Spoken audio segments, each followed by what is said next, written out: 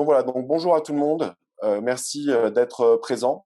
Donc vous devez voir qu'on est 62, ce qui n'est pas énorme. Bon, j'espère que l'enregistrement fera l'affaire. Bon, aujourd'hui, on va continuer à parler de couche liaison, sauf que cette fois-ci, on va le parler d'en parler dans un contexte qui est le contexte des réseaux locaux commutés. Alors, on a parlé énormément des bus la semaine dernière. Il est important de comprendre que le bus reste une topologie prévalente, puisque si physiquement, on va plus faire des architectures en type d'étoile, le buste reste important. D'accord? Et le buste reste important puisque la topologie logique reste tout de même un bus. Et on va essayer de comprendre ce que ça veut dire. Donc, on en est où? On en est toujours au niveau de la couche liaison, hein, d'accord? Donc, ça, pas de problème. On a déjà dit qu'a priori, on a une sous-couche qu'on appelle la couche MAC. Donc, c'est pour ça que généralement, la couche liaison, on en parle sous forme de couche MAC. Pourquoi? Parce que, par exemple, dans Ethernet, la sous-couche LLC n'a pas été implémentée. Donc, la couche liaison, c'est la couche MAC de l'I3O. C'est juste pour vous faire comprendre pourquoi on parle parfois d'adresse MAC, de couche MAC. C'est rien d'autre que la couche liaison. Donc, aujourd'hui, on va en parler dans le contexte des réseaux d'entreprise. D'accord? En tout au moins les réseaux locaux, mais qui ont évolué. Donc, on appelle ça les réseaux d'entreprise. Même si à l'université, on a exactement les mêmes topologies. Et donc, on va voir plusieurs choses. Donc, déjà, on va essayer de comprendre pourquoi est-ce qu'on est passé du bus vers l'étoile. Et essayer de comprendre que même si on a une étoile aujourd'hui, du point de vue des machines, d'accord, nos machines se comportent comme s'il s'agissait d'un bus. Donc, même si j'ai une étoile avec un équipement qui sera un concentrateur ou d'autres ou des commutateurs, nos machines ne les voient pas. Donc, ça veut dire que du point de vue de notre machine, on est toujours sur un bus. D'accord? Donc, c'est important d'avoir compris les problématiques du bus. Ça veut dire quoi? Ça veut dire qu'a priori, j'envoie un message, tout le monde le recevra. D'accord? On va voir qu'on va essayer de limiter la diffusion, cette espèce d'inondation totale. Et grosso modo, il faut quand même considérer que l'inondation est prépondérante et toujours présente, même si on est sur une étoile. Donc, attention. Donc, pour ce faire, on va comprendre quels sont ces fameux équipements que l'on retrouve au centre des étoiles. D'accord?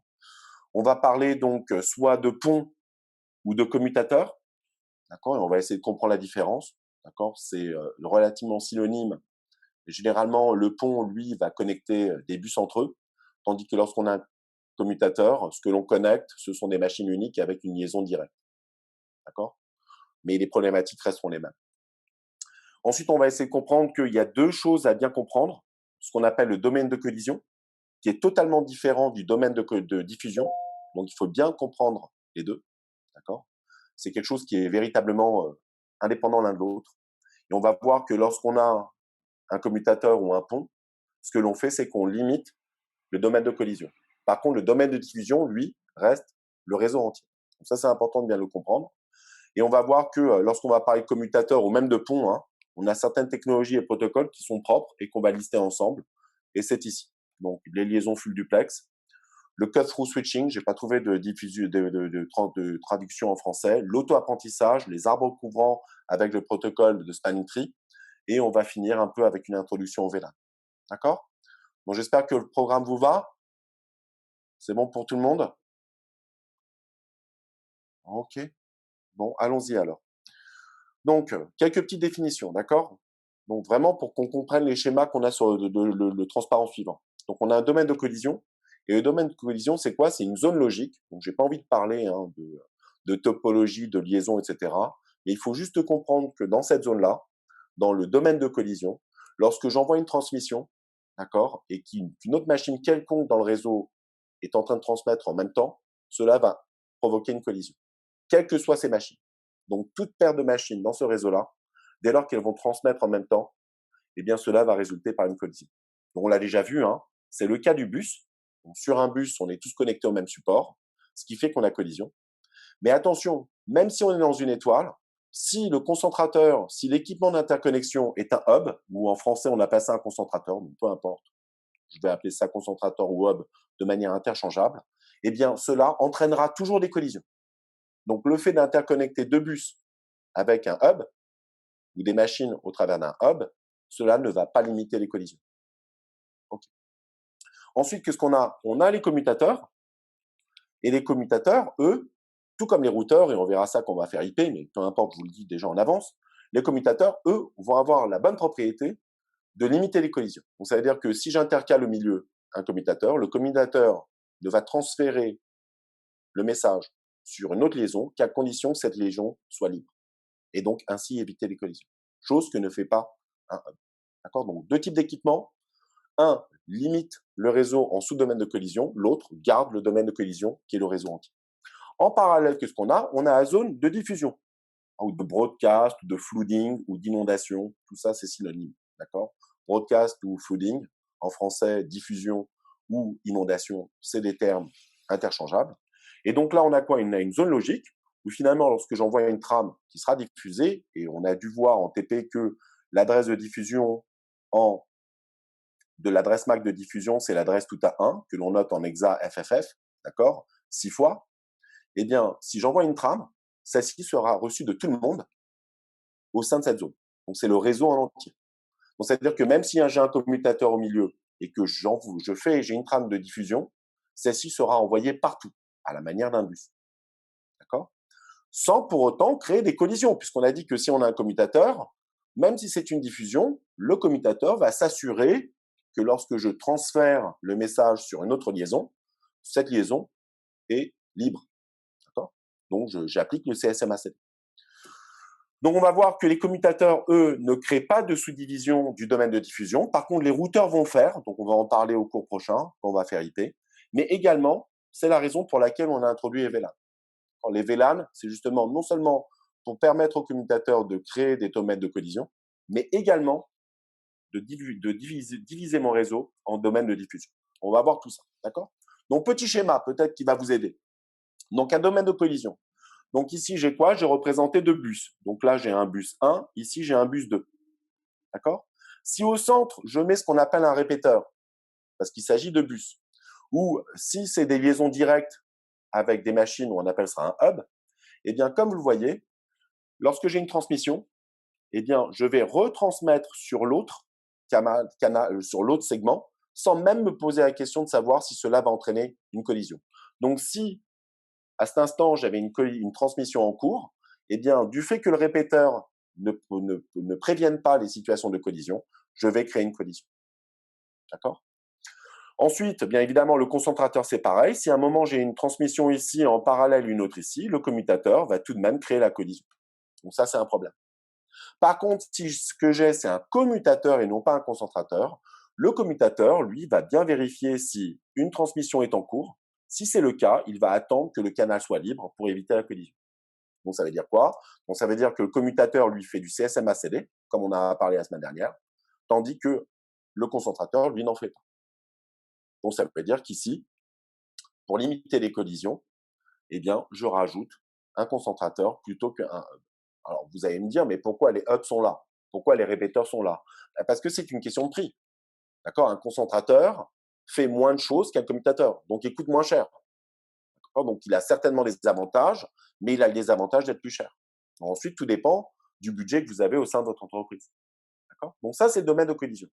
Par contre, lorsque je prends le domaine de diffusion, que ce soit un répéteur, un concentrateur, un bridge ou un commutateur, eh bien, comme vous le voyez, la diffusion, si j'ai une transmission à un endroit, alors j'espère que si j'ai une transmission à un endroit donné, eh bien, le message ira partout.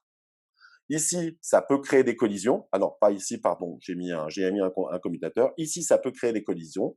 Ici, ça ne créera pas de collision. La plupart du temps, ici, il n'y aura pas de collision, puisque les commutateurs font du CSMAC. D'accord? Mais en tout cas, ça veut dire que la diffusion, on continue à pouvoir l'inonder. Donc, je dis ça pourquoi? Parce que vous pouvez lire en ligne à beaucoup d'endroits, d'accord, où on vous dit que le concentrateur évite les inondations. Non, ce n'est pas vrai. Un concentrateur, et peut-être c'est nécessaire d'inonder. Peut-être pas systématiquement. En tout cas, si c'est une trame de broadcast avec l'adresse FFF, il inondera partout. D'accord? Un peu comme sur un. OK? Donc, tout le monde a compris, grosso modo, ces deux différences entre domaine de diffusion et de collision. Est-ce que c'est OK pour tout le monde? Alors, un petit doigt si jamais vous avez compris. Sinon, applaudissez et j'essaierai de réexpliquer dans les transparents suivants. Donc, voilà. Donc, la question qu'on s'est peut-être pas posée pour l'instant, et je ne sais pas comment revenir en arrière, donc je vais le refaire comme ceci. La question qu'on ne s'est pas posée, c'est mais pourquoi on utilise ces équipements d'interconnexion?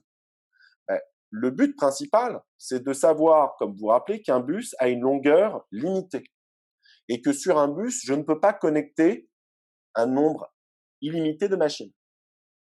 Donc, si on veut étendre la portée géographique, d'accord, sur un étage entier, par exemple, où j'ai plusieurs salles, avec plusieurs machines, avoir ce type d'équipement d'interconnexion, ça permet, d'augmenter la portée de mon réseau et le nombre de machines.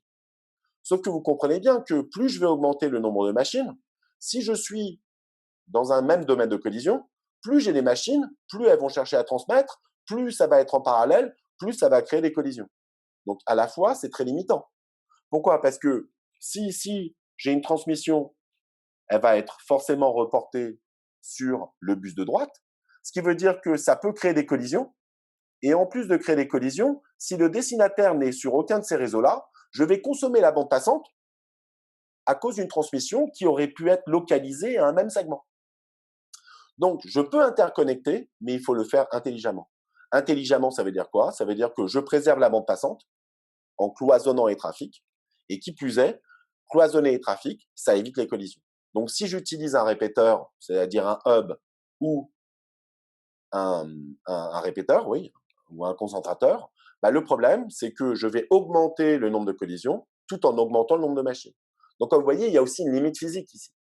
D'où le fait que le répéteur, si on a les moyens, bah, autant utiliser un commutateur. Donc, c'est ce qu'on va voir dans le schéma suivant. Donc, à nouveau, pour interconnecter les LAN, deux segments, par exemple, ou plusieurs stations en même temps, on a deux choix. On a le concentrateur dont je parle ici. Donc ici, lorsqu'on parle de hub, c'est lorsque je suis en étoile. Mais si c'est un segment, on appelle ça un répéteur, peu importe. Donc la seule fonction de ces équipements, c'est de faire quoi? C'est de rebooster le signal. Pourquoi? Parce que plus je traverse une distance qui est longue, plus le signal va perdre en puissance. Donc, pour étendre la longueur, donc je vais rajouter un hub et le hub va avoir la bonne propriété de rebooster mon signal et donc c'est reparti pour un tour, je peux couvrir une distance plus longue. Si je n'avais pas le hub, la puissance serait telle qu'on ne pourrait pas comprendre le signal qui est envoyé. D'accord? Donc la seule chose que l'on fait ici, c'est qu'on rebooste le signal. Par contre, comme j'ai expliqué, lorsque je passe d'un segment à l'autre, eh bien, je ne me pose pas la question de savoir si le segment suivant est libre, ça va créer des collisions. D'accord? Donc ici, je peux certes augmenter le nombre de machines, d'accord? Sauf que en augmentant le nombre de machines, ça va augmenter les collisions. Ça, c'est un problème. Et en plus des collisions, vous vous rappelez que j'ai le back-off, d'accord, le retrait exponentiel, qui fait que plus j'ai les collisions, plus ça va, je vais devoir attendre une période aléatoire longue, donc ça va retarder toutes mes transmissions. D'accord? Et d'autre part, si sur un des segments, j'ai une machine qui est défaillante et qui, par exemple, envoie du trafic de manière intempestive ou des choses pareilles, eh bien, ce problème-là ne sera pas localisé au seul segment où elle est, ça va avoir une portée à tout le réseau. Donc, les hubs, c'est bien dans un sens, mais cela a un prix, d'accord, qui fait que si on a les moyens, autant se doter d'un commutateur. Et aujourd'hui, les prix font que les commutateurs sont relativement accessibles. Chose qui n'était pas le cas il y a une dizaine ou une vingtaine d'années, parce que c'est à ce moment-là que ces équipements-là sont apparus. Donc le switch, d'accord, c'est un équipement qui, contrairement au hub, qui lui n'implémente que la couche physique, d'accord, eh bien, ça, le hub s'arrête ici. Par contre, lorsque j'ai un switch, eh bien, le switch, lui, implémente également la couche liaison que j'appelle en anglais link. Et ce qui fait que parce que j'ai la couche MAC ici, eh bien, ça fait du CSMA scellé. Donc, ce qui veut dire que j'ai beau augmenter la portée géographique et donc le nombre de stations connectées, eh bien, même si j'ai plus de machines, cela ne va pas entraîner plus de collisions puisque je divise mon réseau en plusieurs sous-domaines de collision. D'accord? On va voir que certaines technologies sont propres du fait d'avoir cette fameuse couche 2.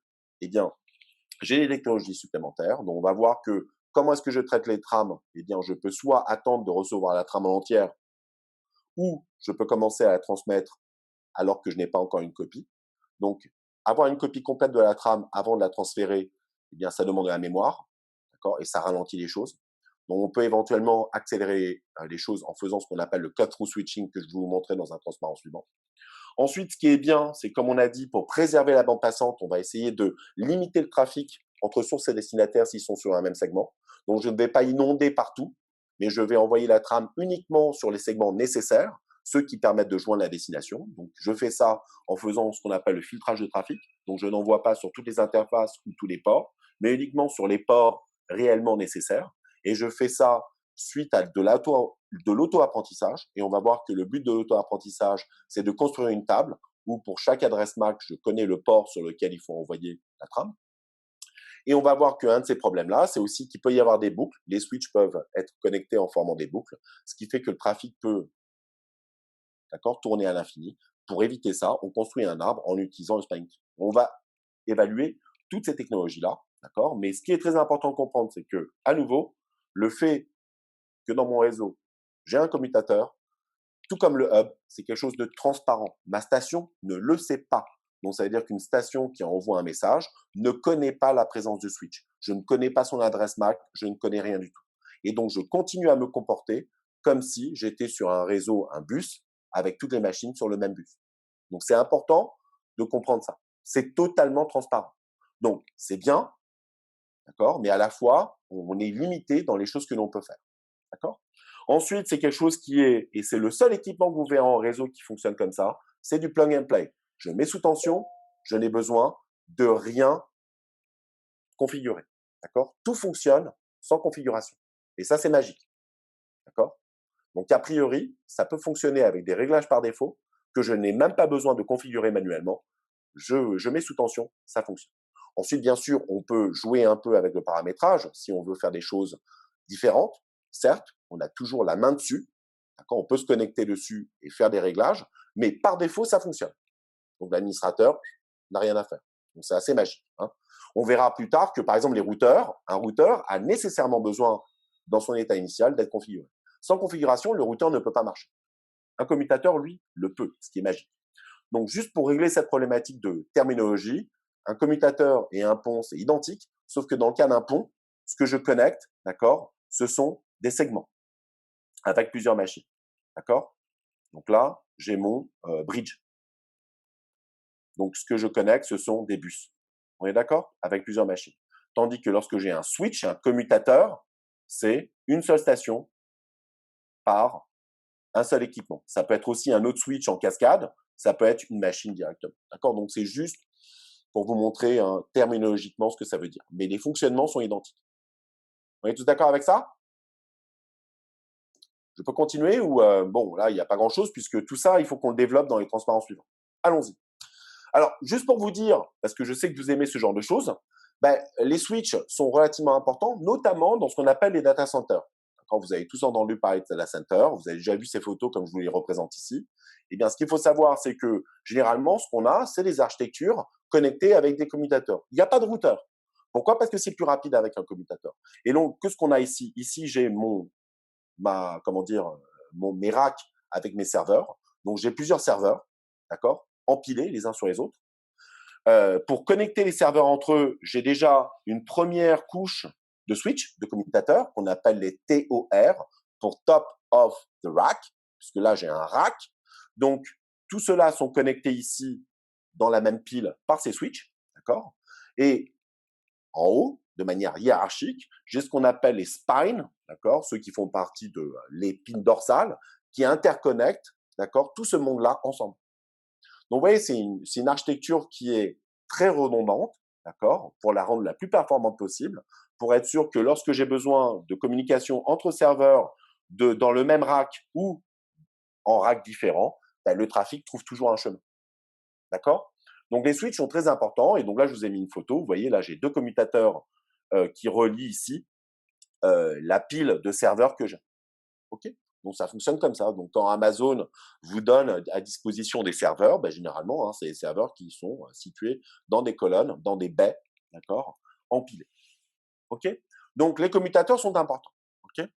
Une particularité, peut-être qu'on reviendra sur cet aspect-là en conclusion, c'est de remarquer que chaque spin, d'accord, vous voyez qu'ici, la topologie que j'ai, elle est maillée, mais sans pour autant qu'il y ait de loop. D'accord? Il n'y a pas de boucle. D'accord? C'est extrêmement redondant. D'accord? On peut trouver des chemins multiples pour faire de l'équilibrage de charge et pour pas, grosso modo, surcharger un lien. Donc, on peut toujours se balancer d'un lien à l'autre. D'accord? Donc là, il y a vraiment une histoire d'équilibrage de charge. OK? Donc voilà, donc juste pour vous dire que c'est un équipement qui est réel et qui fait partie donc des data centers. OK? Donc voilà. Alors, commençons par la première technologie qu'on a parlé, qui est donc très propre au switch, qu'on appelle le safe learning en anglais, ou auto-apprentissage. Donc, en quoi cela consiste? Bon, eh bien, cela consiste à se dire que si mon commutateur ne connaît pas la topologie de mon réseau et qu'il reçoit une trame ici de A vers C, si a priori je n'ai pas d'informations sur la topologie, la seule chose que puisse faire un switch, c'est d'envoyer le message partout. Le message sera envoyé sur tous les ports. Vous allez me dire, pourquoi pas, ça fonctionne, sauf que du coup, je vais utiliser la bande passante de tous ces liens, je vais déranger D et B, alors que finalement, le destinataire, c'est C. Donc les gens se sont dit, bon, ben, quitte à avoir un équipement d'interconnexion, pourquoi pas le rendre un tout petit peu plus intelligent et lui faire apprendre où sont situées les différentes stations pour éviter d'inonder systématiquement le trafic. Eh bien, qu'est-ce qu'on va faire ici? On va se doter donc non pas d'un protocole, mais juste d'un mécanisme simple qui consiste à construire une table. Et cette table, on va la construire comment? Eh bien, ce que va faire le switch, c'est que lorsqu'il reçoit la trame de A vers C, quelle est l'information qu'il va apprendre en recevant cette trame? Donc, il ne sait pas où est C, il ne le saura jamais, pour l'instant. Par contre, lorsqu'il reçoit la trame sur l'interface I, qu'est-ce qu'il découvre? En recevant cette trame, il va découvrir où est située la machine A. Donc du coup, automatiquement, même si le destinataire est C, je vais créer l'entrée dans ma table qui est la suivante. D'accord? Okay, on appelle ça une table CAM, mais bon, peu importe. Dans ma table, je vais peupler ma table en rentrant l'information qui résulte juste du fait d'avoir inspecté l'entête de ma trame et quoi? L'adresse source. Alors vous allez me dire, oui, mais alors pourquoi j'ai besoin de créer cette entrée puisque je cherche à joindre C? Vous savez, on est dans un réseau, donc lorsque j'envoie un message, c'est que j'attends une réponse. Donc, si je crée cette entrée, c'est en anticipant la réponse qui va provenir, d'accord, de la machine C. Mais pour l'instant, en attendant la réponse, je crée cette entrée. Et à nouveau, cette entrée n'a été créée qu'à partir d'une trame de données, en inspectant l'entête et l'adresse source de cette trame. Vous voyez, c'est magnifique. Et c'est pour ça qu'on dit que c'est auto-apprentissage. Les switches ne vont pas introduire un nouveau message de contrôle pour réaliser cet apprentissage. Non, il le fait par défaut. Pourquoi? Parce que les machines communiquent entre elles. D'accord? Donc, à nouveau, je crée une table et dans cette entrée, je vais associer ce qu'on appelle un TTL, donc un time to live. Bon, généralement, ça s'appelle l'âge. Donc, je vais dater la date de création de cette entrée et je vais la faire vieillir progressivement. Et donc, pourquoi on a besoin de ceci? Parce qu'on va voir que, vous comprenez bien, et ça sera la conclusion, que plus j'ai de machines, plus j'ai d'entrées dans ma table, plus la table est grande, et comme c'est une table qui est matérielle, je suis limité en espace, mais à la fois, il faut être sûr que typiquement, cette table soit petite pour pas être obligé de parcourir toute la table pour savoir comment gérer une trame. Donc, pour limiter la taille de la table, en limitant les seules entrées qui sont en cours d'utilisation, parce que si à un moment donné, une machine devient idle, oisive, c'est-à-dire qu'elle est inactive, pourquoi garder une entrée concernant cette machine? Elle communique plus, l'utilisateur est parti pour une pause café, une pause déjeuner, donc du coup, on ne va pas polluer la table avec des choses qui ne servent à rien. Donc, vous voyez, l'âge est très important. La deuxième chose, c'est que les machines peuvent être mobiles. C'est-à-dire qu'à un instant donné, je change de salle, je débranche ma machine, je vais me connecter depuis une autre salle. Ça veut dire que typiquement, peut-être que B va bouger sur un autre port. Comment faire pour prendre en compte dynamiquement ce changement? Eh bien, tout simplement, l'entrée qui avait été créée par exemple pour B sur l'interface J, au bout d'un moment ne sera plus utilisée, B ne va plus envoyer de trafic sur cette interface, ce qui veut dire que l'entrée ne va pas être rafraîchie, elle va vieillir, elle va être supprimée et elle va être supplantée par quoi? Par la nouvelle entrée avec le nouveau port sur lequel est connecté B. Donc, vous voyez, donc, avec un tout petit timer, puisque le TTL, c'est un timer, hein, eh bien, ça me permet, de prendre en compte les changements de topologie, d'accord, et le fait que certaines stations ont bougé, se sont déplacées ou sont devenues inactives.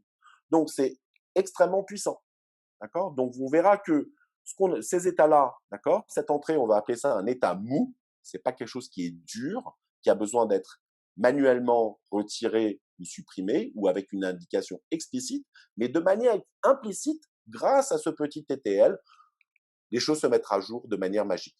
D'accord? Ça prend un petit temps, d'accord, certes, Bon, cette valeur, elle peut être limitée par une valeur particulière, mais par défaut, c'est censé fonctionner. Donc, le coup d'après, qu'est-ce qui se passe? Eh bien, donc on a peuplé la première table, et le coup d'après, qu'est-ce qu'on a? Eh bien, on a le fait que la destination qui est C est toujours inconnue, ce qui veut dire que je ne peux pas faire autre chose qu'inonder. Sauf que je veux bien que vous ayez tous compris que l'inondation ici est excessivement importante, puisque si je ne sais pas où est C, c'est pas pour autant que je vais supprimer la trame. Ah non, je ne veux pas la supprimer. Sauf que pour découvrir où est C, je ne peux le faire qu'en inondant. Donc c'est pour ça que quand quelqu'un me dit qu'un commutateur, ça évite l'inondation, c'est de la folie.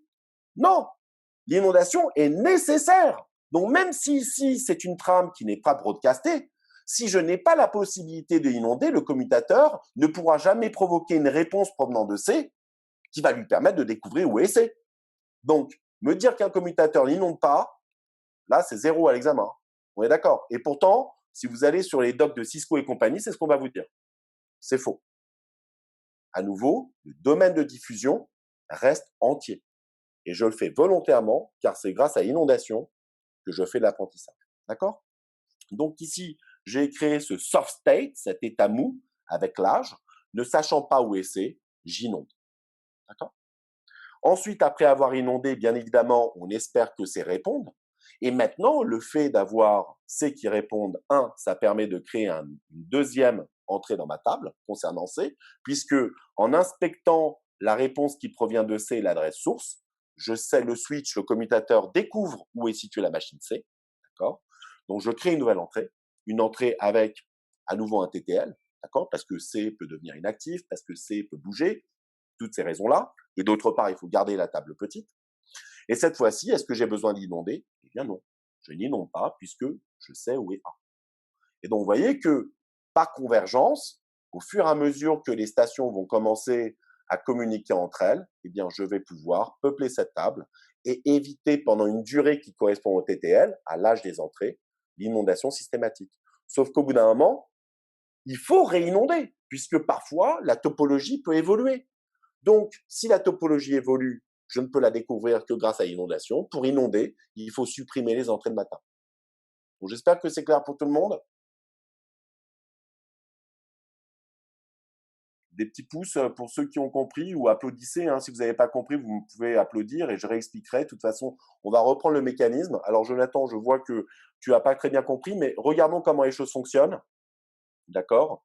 Donc, l'auto-apprentissage. Ah, merci, Jonathan. Donc, merci Dimitri, merci Benjamin. Ah, Benjamin, peut-être que là, tu comprendras mieux avec cet algorithme. Donc, qu'est-ce qu'on fait? Lorsque je reçois une trame, l'algorithme est super simple. J'ai une table. Je vais vérifier si l'adresse de la destination de la table, de la trame est dans la table.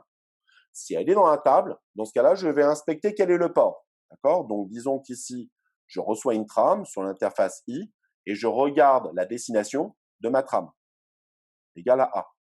Si dans ma table, j'ai l'entrée A avec une entrée J, dans ce cas-là, j'envoie la trame sur J. D'accord? Par contre, si I égale à J, là, il y a un problème. Ça veut dire qu'il y a une boucle. Donc, qu'est-ce que je dois faire pour éviter qu'il y ait un ping-pong qui se mette en place? Je sais qu'il y a eu un problème, donc je vais supprimer la trame. D'accord? Si les deux ports sont identiques. Si les ports ne sont pas identiques, dans ce cas-là, j'envoie sur ce port. Donc là, je n'inonde pas. Par contre, s'il n'y a pas d'entrée dans ma table, qu'est-ce que je fais? J'inonde dans le but de découvrir où est la destination. Parce que j'espère qu'elle va me répondre. De cette façon-là, je saurai pour le coup d'après où est située cette machine. Donc voilà, donc on appelle ça l'auto-apprentissage parce que, on n'introduit pas de nouveaux messages, des messages spécifiques pour réaliser cet apprentissage. Typiquement, on tire parti de manière opportuniste du trafic déjà existant sur mon réseau. Hein, c'est un trafic de machine à machine, d'accord, qui fait que typiquement, je peux automatiquement donc découvrir les choses. Donc c'est vraiment quelque chose de simple, d'accord, et que l'on rend simple. Dans quel but? Eh bien, tout simplement en utilisant l'état mou. Donc l'histoire du TTL, c'est super puissant. À nouveau, réfléchissez, si jamais vous ne pouviez pas utiliser ce petit timer, si vous deviez assurer les mêmes propriétés avec un autre choix de conception, vous verrez que la conception serait extrêmement complexe. Donc à nouveau, on va voir que cette histoire d'état mou, de soft state, grâce à l'utilisation d'un TTL, en réseau ou dans tout ce qui est système distribué, ça se retrouve partout. D'accord? Donc, c'est un concept très important, qui est simple, mais qui résout pas mal de problèmes. OK. Donc, voilà comment se fait l'acheminement. Donc, on fait du filtrage. Donc, ça veut dire qu'à un moment donné, j'ai le choix entre envoyer sur tous les ports, toutes les interfaces, ou sur un seul port, si la table me donne l'information. D'accord? Les autres ports, on va filtrer le trafic et éviter d'envoyer ce trafic sur les autres ports. Donc, c'est pour ça qu'on parle de filtrage. D'accord? Bon. Donc, voilà. Donc, si on devait résumer, d'accord, très rapidement, et faites toujours ça, hein, parce qu'en réseau ou en informatique, on n'a jamais que du pour ou que du pour. Il y a aussi du contre. Donc, si on regarde les choses qui sont bénéfiques, donc un commutateur, donc un switch comparé à un hub, d'accord, le hub qui est aveugle, qui n'a aucun état, qui n'a pas de table. Déjà, grâce au commutateur, on limite la collision. Donc, ça veut dire que plutôt que d'envoyer bêtement sur une interface de sortie sur laquelle le support est occupé, eh bien, je vais éviter les collisions en écoutant avant si l'interface de sortie est occupée par une autre transmission. Donc ça, c'est positif. D'autre part, on va filtrer le trafic. Donc ça veut dire quoi? Ça veut dire que je n'envoie sur un port qu'à condition que ce port me permette de joindre la destination. D'accord? Donc ça veut dire quoi? Je préserve la bande passante de façon à ce que le trafic qui n'a rien à voir sur un autre segment ne vienne pas encombrer ce segment et les stations pour rien du tout. D'accord? Donc je préserve la bande passante et également, d'accord, les capacités de réception des machines. Pourquoi? Parce qu'une trame qui est envoyée sur un bus ou sur une liaison, je l'écoute. Et donc, il va falloir que volontairement, je la filtre si je ne suis pas le destinataire. Donc là, j'économise, la bande passante, plus le fait que les stations, je ne les dérange pas. D'accord? Ensuite, ça améliore la confidentialité, oui, lorsque j'inonde pas, mais on l'a vu. C'est pas systématique parce que même certaines trames, si ma table est vide, si je n'ai pas d'entrée dans ma table, il faut quand même que je l'inonde. Donc, ça veut dire que je peux quand même continuer à écouter le trafic sur ces ports. Donc, confidentialité, oui et non. D'accord? C'est pas toujours le cas. Donc, et on va voir que pour que ce soit systématique, on va utiliser les VLAN à la fin du cours. Ensuite, comme on l'a dit, le problème, c'est que certes, on peut faire du CSMACD, sauf que ça veut dire quoi? Ça veut dire qu'on doit quand même stocker la trame le temps que le segment soit libre. Donc, ça va augmenter la nécessité en mémoire de mon switch et donc, ça va augmenter son coût. Donc, faire du CSMACD, c'est bien, ça permet d'éviter les collisions. Par contre, ça nécessite des ressources. Donc, du coup, ce qu'ils ont fait, les petits malins, c'est qu'ils ont dit, très bien, si un lien ne suffit pas, ce que je vais faire, c'est que avec une station, donc là, si j'ai mon switch, je vais rajouter une deuxième liaison de façon à ce que j'ai un lien montant et un lien descendant. D'accord? Donc là, ça va augmenter également le prix parce que j'ai besoin de deux câbles, j'ai besoin de deux interfaces. Mais en faisant ça, d'accord? Donc c'est un même câble que je croise et sur lequel j'ai un lien montant et un lien descendant. Donc c'est ce qu'on appelle les liens full duplex. Donc ça veut dire que dans ce cas-là, de toute façon, c'est tout le temps libre. Puisque si en envoyant, personne ne peut me renvoyer sur le même lien du trafic, il n'y aura jamais de collision. Donc voilà, donc grâce à ça, ça permet d'éviter ces SMACD. Alors ça ne veut pas dire qu'il n'est pas installé, il est quand même installé, sauf que du coup, lorsque j'écoute, toujours libre, j'envoie. D'accord? Donc c'est comme ça qu'on vient à bout des problèmes de CSMACD, notamment en termes de ressources nécessaires. Ensuite, il faut tout de même traiter les trames et on verra que traiter les trames, il faut détecter les pertes. Vous avez vu dans le cours d'avant que le CRC, il est où? Il est situé à la fin.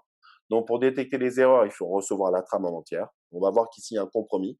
Donc, soit on veut aller plus vite en consommant moins de mémoire, et vous verrez dans le transparent suivant qu'on peut faire du cut-through switching. Ensuite, concernant la construction de la cam, pour faciliter sa construction, on va faire de l'auto-apprentissage et on va limiter la taille des tables grâce à l'utilisation de l'étamou, c'est-à-dire du TTL et donc en mesurant l'âge d'une entrée. Okay. Bon, et ensuite, bien sûr, comparé à un concentrateur, le fait de faire tout ça, ça augmente le coût.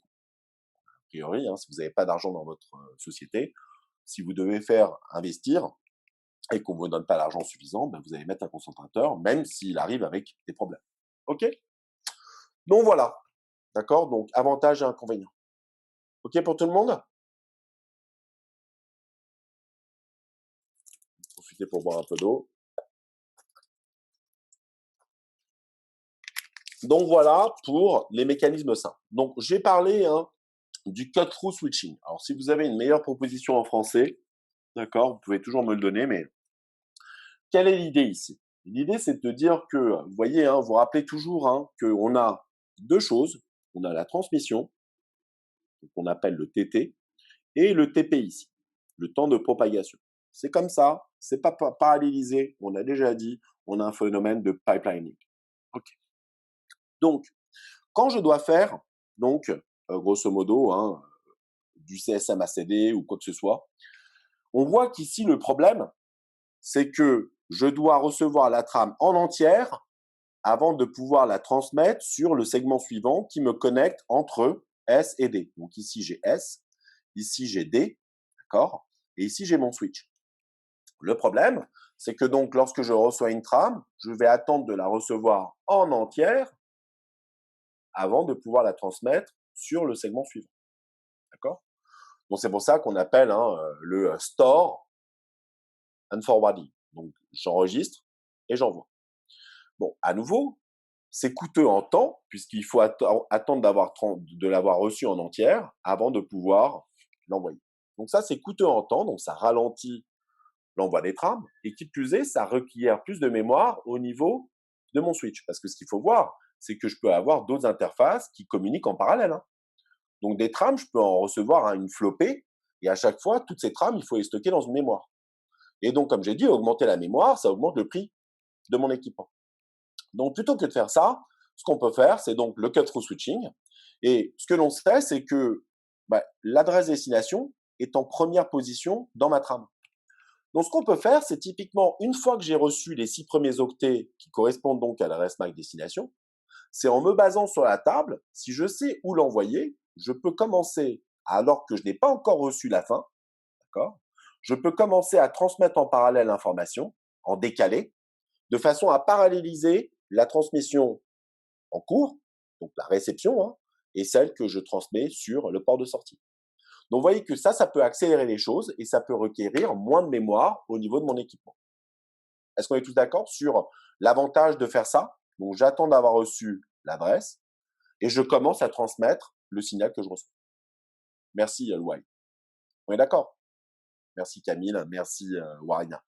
Donc, comme vous le voyez, c'est quelque chose qui peut être assez positif. Par contre, un des problèmes, et je vous demande d'aller voir le DRI transparent du cours dernier, c'est que pour faire le contrôle d'erreur, le CRC est à la fin. Donc, ça veut dire que si je n'attends pas d'avoir reçu la trame en entière, je ne peux pas vérifier s'il y a d'erreur. Donc, ça veut dire qu'ici, ce que je fais, c'est que je transmets même si la trame est en erreur. Donc, qu'est-ce que je fais? Je propage des erreurs au reste du réseau. Et à nouveau, c'est un compromis. Soit je veux être rapide et demander moins de ressources au niveau de mon commutateur, dans ce cas-là, j'attends toute la trame. Ou si je pense qu'il vaut mieux être plus rapide, quitte à ce qu'il y ait des erreurs qui se propagent, qui seront détectées par le destinataire, hein, en fin de compte. C'est pas grave. Mais vous voyez qu'il y a un compromis à faire. Donc, il n'y a pas de solution bonne ou mauvaise. C'est savoir qu'est-ce qu'on veut favoriser. Le délai ou la fiabilité. Les deux ne sont pas compatibles. D'accord? Donc, c'est quelque chose qui peut être configuré au libre choix de l'administrateur. Donc, si vous pensez que le délai est plus important dans votre réseau, il faut le mettre en avant du point de vue des applications utilisées. Faites du cut-through. Si ensuite la fiabilité à bande passante, vous cherchez à la préserver et à garantir une fiabilité totale, dans ce cas-là, ne faites pas du cut-through. D'accord? Donc, les deux sont valides. Voilà pour auto-apprentissage, cut-through. Qu'est-ce qui nous reste? Il nous reste les problèmes de l'inondation. D'accord? Est-ce que vous comprenez où est-ce qu'on en est? D'accord? Donc, sur toutes les technos et les protocoles, là, on en arrive donc au fameux spanning tree. Est-ce que tout le monde est OK? Je peux continuer? OK, allons-y. Bon, pas très compliqué, à condition d'avoir compris la chose suivante. Donc là, ce que j'ai représenté, c'est des ponts, hein, mais ça marche aussi pour les switches. Donc là, j'ai deux ponts. Et donc, qu'est-ce qu'on peut remarquer? Eh bien, on peut remarquer qu'ici, on a connecté deux bus et que du fait de connecter ces deux bus avec deux ponts, cela va entraîner quoi? Cela va entraîner une boucle. Et cette boucle peut être problématique. Pourquoi? Parce que si j'ai une trame et que cette trame est une trame vers une destination inconnue, c'est-à-dire que mes tables m'imposent l'inondation de la trame, ou le fait que ce soit vraiment des trames de broadcast parce qu'elles sont reçues avec l'adresse destination FFF, eh bien automatiquement ce que je vais créer ici, c'est une boucle avec le trafic qui va boucler à l'infini. Et ça, c'est un problème. Alors, juste pour répondre à cette question-là, ça peut être volontaire. Pourquoi c'est volontaire? Parce que si jamais un pont tombe, eh bien, Dieu merci, il y a toujours l'autre pont qui est là en redondance, qui fait que je peux résister aux pannes de mes bridges. Donc, ça peut être volontaire. Ça peut être aussi une erreur de câblage, hein. L'erreur est humaine. Mais dans tous les cas de figure, ça fait qu'il faut avoir un mécanisme pour éviter ce problème. Et ce problème est d'autant plus important que lorsque l'on a vu l'entête des trames Ethernet, on n'a pas véritablement de notion de TTL. On verra que dans IP, on limite la durée de vie des paquets en décrémentant à chaque fois une valeur qui est située dans l'entête. Ce qui fait que si je mets 20 et que je traverse 20 fois mes commutateurs, au bout d'un moment, la trame aurait pu être supprimée. Mais ici, les trames Ethernet n'ont pas ce champ-là. Donc, vous voyez qu'il n'y a pas de manière simple de résoudre ce problème. D'accord? Donc, il faut vraiment qu'on fasse quelque chose à ce sujet-là. D'accord? Donc, tout le monde comprend la problématique? Qu'ici, s'il y a boucle, elle peut être volontaire, puisque ça rajoute de la redondance. D'accord? Donc, ça résiste aux pannes d'équipement.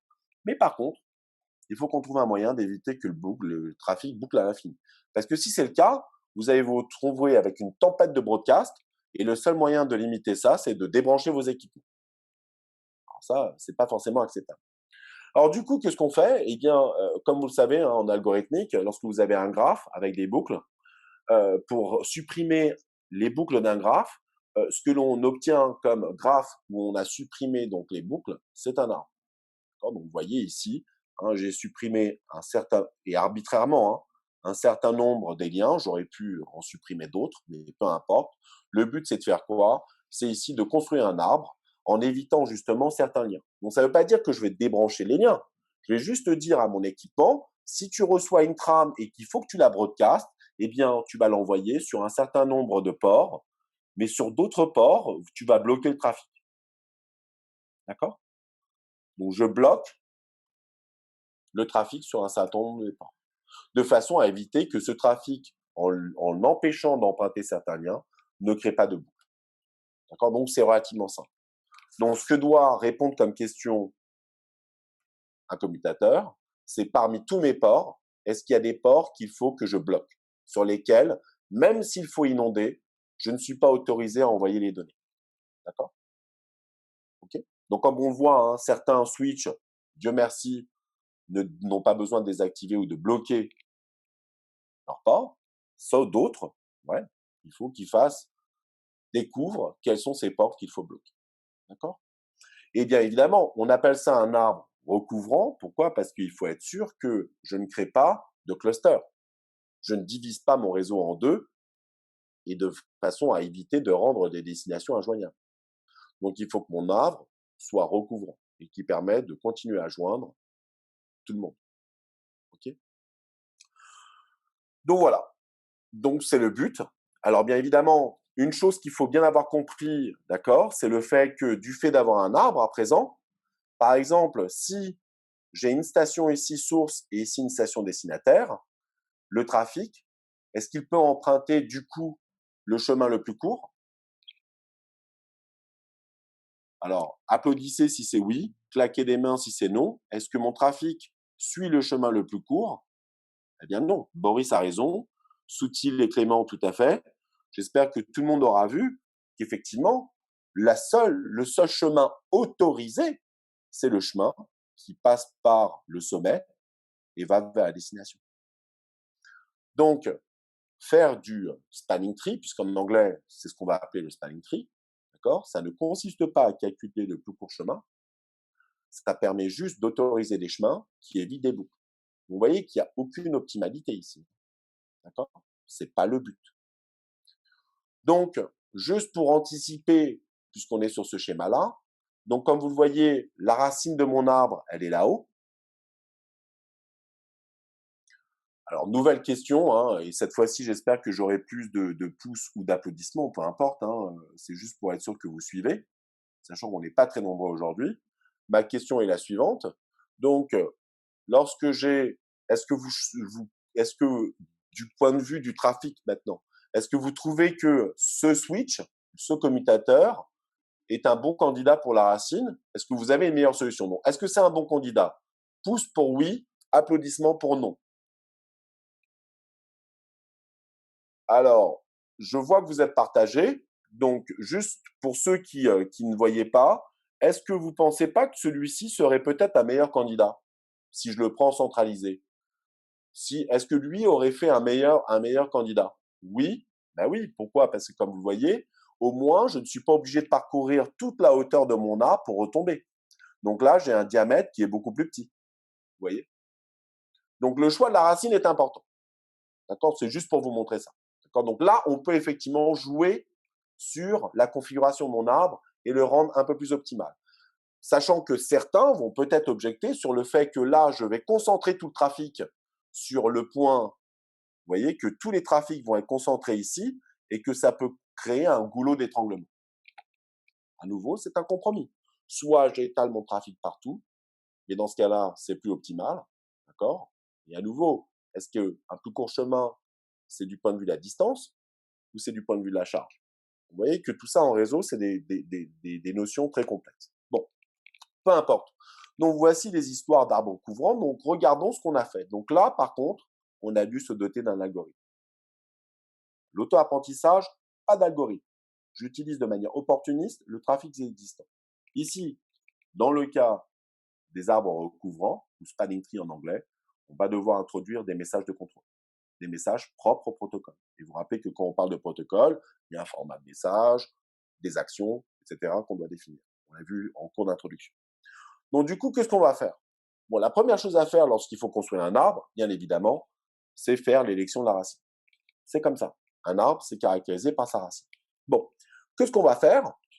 Eh bien, assez simplement, et c'est ce qui est fait par défaut, sachant qu'on peut toujours influencer ce choix-là, mais par défaut, sans rien faire, ce que va faire le protocole, il va inspecter l'adresse MAC ou la plus petite adresse MAC des commutateurs s'ils en ont plusieurs, et systématiquement, le commutateur qui sera élu de tous, parce que c'est une élection distribuée, racine de l'arbre, c'est celui qui aura le plus petit identifiant, sachant que son identifiant est calculé à partir de son adresse MAC. D'accord? Comme les adresses MAC sont uniques, pas de problème.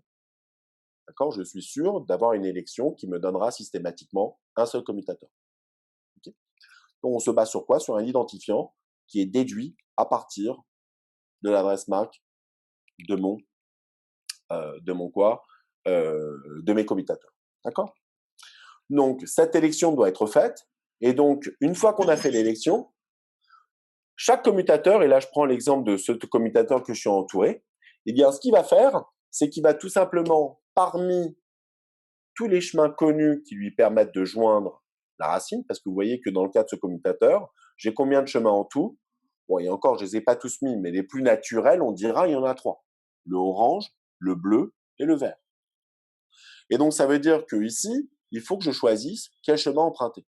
Eh bien, un critère de sélection qui est pris en compte, même si on peut influencer également ce choix-là, mais par défaut, le critère qu'on va utiliser, c'est le nombre de commutateurs. Donc là, on a combien? On a 1, 2, 3. Donc on fait 1, 2, 3 sauts. Le bleu, il y a un seul saut. Et là, il y en a 2.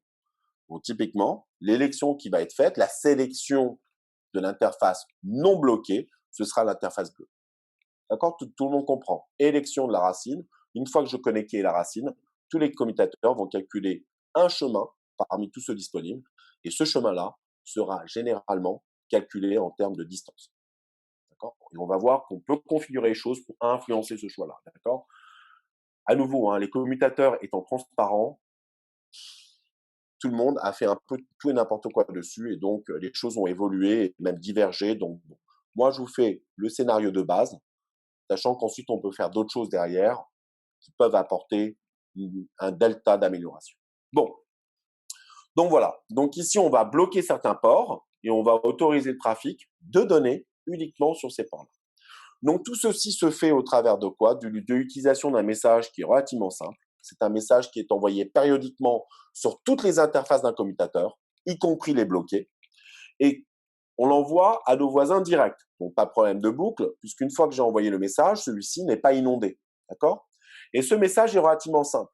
Et donc ici, et à nouveau je vais nettoyer un peu, Si j'ai par exemple le commutateur X, le commutateur X va envoyer un message, donc ça c'est à tous ses voisins, en indiquant, d'accord, que de son point de vue, quelle est la racine. Donc de son point de vue, la racine c'est Y. Alors Y, ça peut être ici. Pourquoi? Parce que l'élection va prendre du temps. C'est-à-dire que je vais découvrir progressivement les commutateurs, d'accord? Donc l'apprentissage se fait progressivement. Et donc, dans un temps intermédiaire, peut-être que je pense que la racine, c'est Y. Bon, c'est comme ça. Et donc, la distance la plus courte qui permet de joindre Y, c'est égal à 1. Donc, c'est cette information-là que je vais envoyer à tout le monde. Donc, à tout le monde, ça veut dire à la racine et à ce commutateur. Donc, j'envoie ces informations-là de cette façon. D'accord? Voilà, donc c'est relativement simple. D'accord? Donc, un message avec 3 informations. Moi, commutateur X, je pense que Y est la racine et que la distance que je connais du plus court chemin pour joindre cette racine est égale à D. Donc, les étapes par lesquelles je passe, état initial, sachant que je ne connais personne d'autre sur mon réseau, tout commutateur pense être la racine. C'est l'état initial, puisque je connais personne d'autre. Donc, le message que je vais envoyer, c'est je suis la racine et la distance pour me joindre moi-même est 0. D'accord? Et j'envoie ça à mes voisins. Donc, X va envoyer ça à tout le monde. Bien sûr, je vais également en parallèle recevoir les messages de mes voisins, ou peut-être que l'un d'eux va avoir un identifiant qui est plus petit que le mien.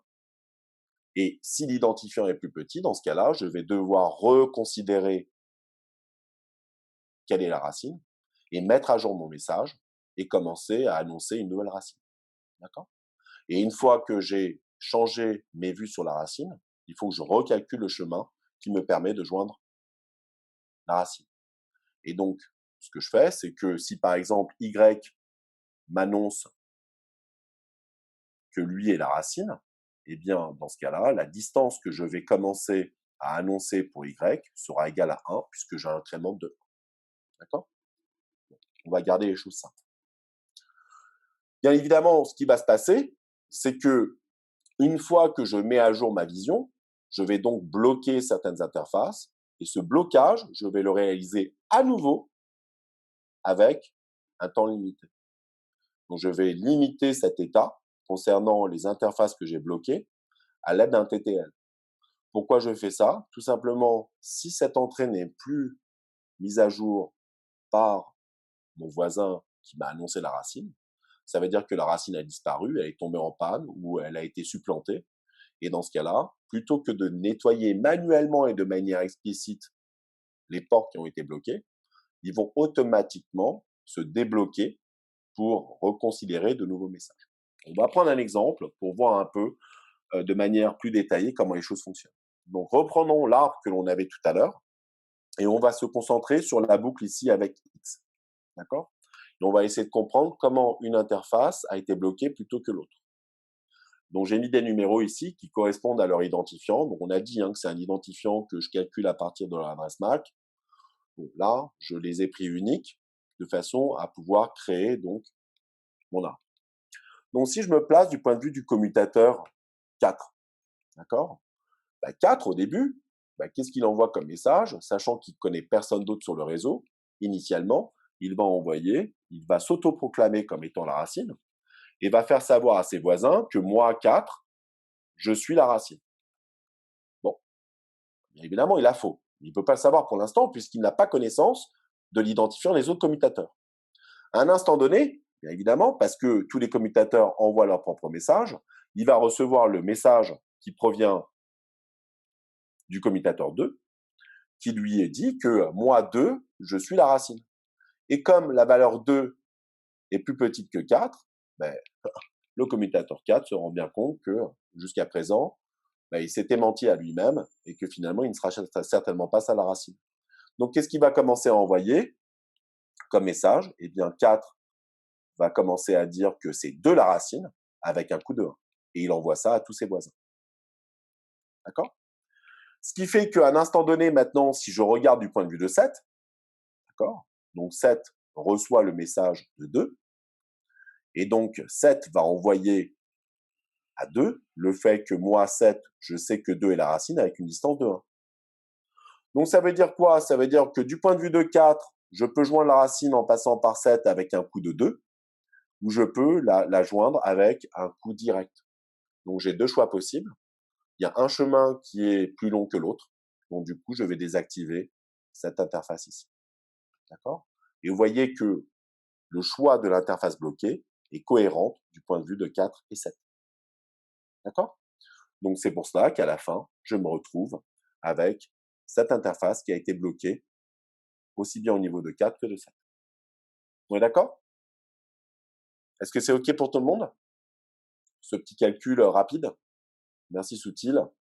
Est-ce que sur l'autre page, j'ai aussi des pouces? J'en ai plein là. Clément, Wana, Nicolas, Camille, merci. Vivian, Paul. OK, Shems, merci. Mathis, Meissa, Lina, Ibrahim, merci, merci. Donc, du coup, qu'est-ce que ça veut dire ici? Donc, attention. Ça veut dire que si j'ai des données à envoyer, je ne peux les envoyer que sur les ports qui n'ont pas été bloqués. Mais ça veut dire que les messages que je continue à envoyer, d'accord?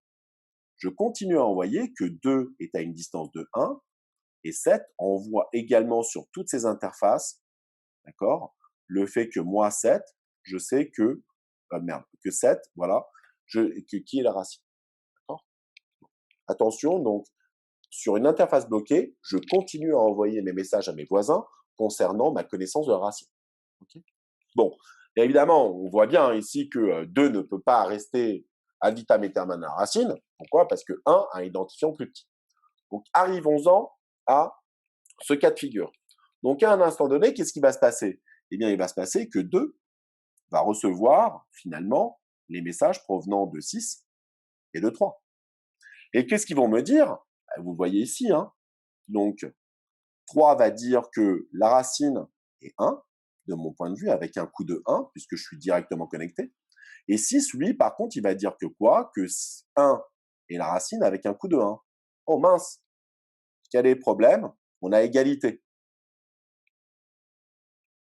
D'accord? Généralement, ce qu'on va faire en cas d'égalité, le commutateur 2 va choisir le saut suivant, c'est-à-dire que le saut suivant, c'est 3 et 6, et va choisir celui avec le coup le plus petit. Donc, c'est pour cela que là, mon chemin va passer par là, tandis que l'autre interface aura été bloquée. Donc, je choisis le plus court chemin. En cas d'égalité des chemins, je vais considérer le voisin qui a annoncé le chemin avec l'identifiant le plus petit. Ici, c'est 3.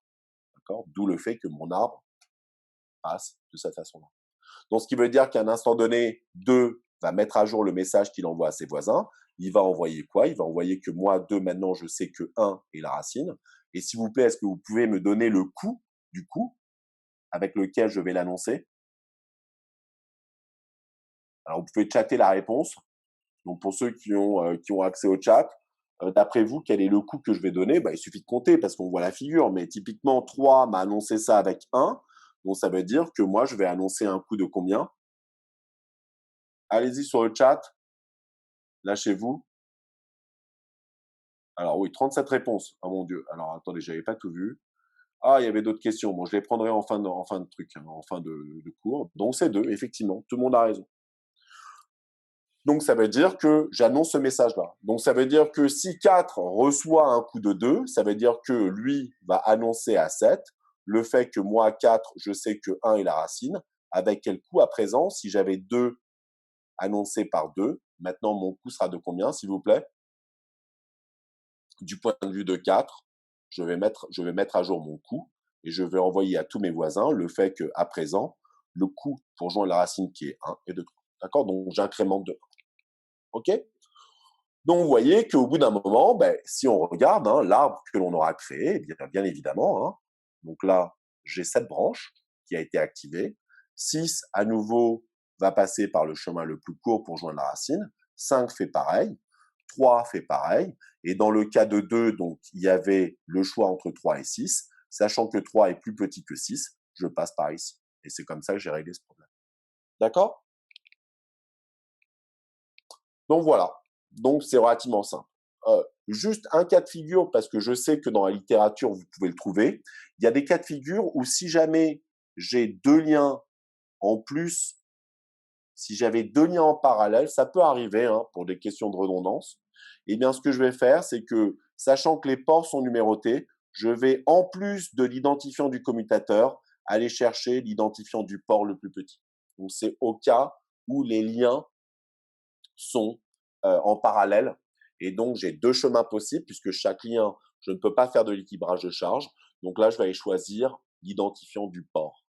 Ok, donc ça, c'est pour pousser encore un peu loin les cas d'égalité où non seulement la distance est la même, mais j'ai deux liens possibles. Tout le monde est d'accord avec ça? Sur l'histoire du numéro de port. Donc, chaque port sont numérotés avec une valeur, un identifiant incrémenté, 1, 2, 3. Et je vais choisir le port avec le plus petit. Donc, hein, tout à fait arbitraire, mais ça me permet de régler les problèmes d'égalité. D'accord? Tout le monde est d'accord? C'est bon? Alors, je vais en profiter pour prendre la question de Cédric. On ne peut pas envoyer des pouces sur le client. Ah, ouais, d'accord. Ok, ça, c'est autre chose. Que aussi de 4, mais que le test 2-3 se fait. Ah oui, mais donc Jimmy, ce que tu dis, c'est vrai. C'est-à-dire que comme on l'a dit tout à l'heure, c'est des choix qui sont locaux, mais tu vois du fait que les messages se propagent. Hein, donc ici, pour prendre la question de Jimmy, oui, 1 est connu de 3 dans un premier temps et de 5. D'accord? Mais 2 à cet instant-là, donc si je prends t égale à 1, donc 3 connaît 1, d'accord? Et ensuite, 2, lui, ne connaît que 3, 4, 6 et 7. Tu vois, à l'instant T1. Mais ensuite, à l'instant T2, bah, tu vois bien que les choses se propagent. Et donc, ça fait qu'à présent, 1 est connu de 2, connu de 3, connu de 5. Donc, tu vois, il y a un saut supplémentaire, tu vois. Donc, les choses évoluent. Donc, ce que tu décris, Jimmy, c'est le fait que c'est quelque chose qui est très localisé. Mais qu'au fur et à mesure que les messages se propagent et mettent à jour les informations, c'est là où ça va fonctionner. Comment on écrit Non, on notifie pas le port, l'UNMILA. Tout simplement, l'histoire du port qu'on vient de dire, hein, c'est quelque chose où je reçois le message sur les deux, d'accord, dans les deux sens, ok. Et donc typiquement, hein, le port a été numéroté, et donc chacun fait son propre choix concernant les ports qui peuvent être utilisés, d'accord. Donc il n'y a pas besoin de communiquer l'information. Moi, de mon point de vue, il faut que je bloque un des deux ports, je bloque celui qui a l'identifiant le plus petit.